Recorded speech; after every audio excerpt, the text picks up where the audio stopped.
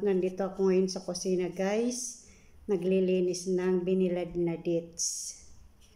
Ito ay napakasarap at napaka-healthy nitong dates na to. Yung lalo na itong tinatawag ito na kalas. Mas malasa ang kalas. Kasi yung dates dito maraming klase. May mahaba, may pula. Pero yung kalas is the best talaga guys na kainin. Ito yung hindi nawawala sa kanila itong kalas na ito. Pero yung pulang dates naman, okay, hindi siya masyadong matamis. Pero kasi guys, ito yung tinatawag nilang kalas.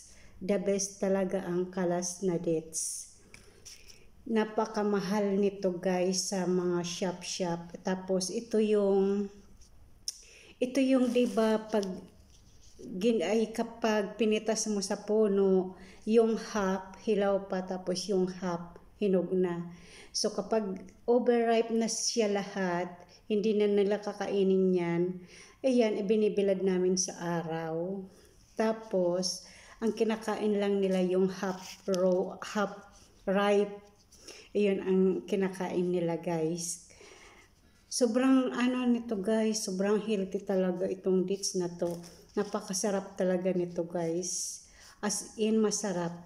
Kapag natikman ninyo ito guys, sasabihin ninyo, uy Ninya, magdala ka nga dyan, mag-uwi ka nga dyan. Pero talaga guys, nagpapakargo kami, hindi to pinapatinag ng mga tao, mga kamag-anak namin sa Pilipinas. Sobrang lasa kasi nitong binilad na dates na to. Mas iba pa to yung naka-plastic, naka-sealed na, at saka yung binibilad mo mismo kasi ikaw mismo yung gumagawa. Tapos yun, linisin mo lang ng kapag dry na as in